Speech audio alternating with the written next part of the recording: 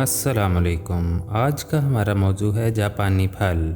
اس پھل کو لوگ بالعموم جاپانی پھل کے نام سے جانتے ہیں۔ انگریزی میں اس کا نام پرسیمن ہے، جبکہ اسے املوک کے نام سے بھی موسوم کیا جاتا ہے۔ سردیوں کے موسم میں یہ پھل بازاروں اور سڑکوں پر بافراط میسر ہوتا ہے۔ پاکستان دنیا بھر میں ایک زرخیز اور سرسبز و شاداب خطے کی حیثیت رکھتا ہے۔ اس میں بھی یہ پھل بکثرت پیدا ہوتا ہے۔ جاپانی پھل خون کے سرخ ذرات کی پیدائش کے لیے بہت بہترین گردانا جاتا ہے۔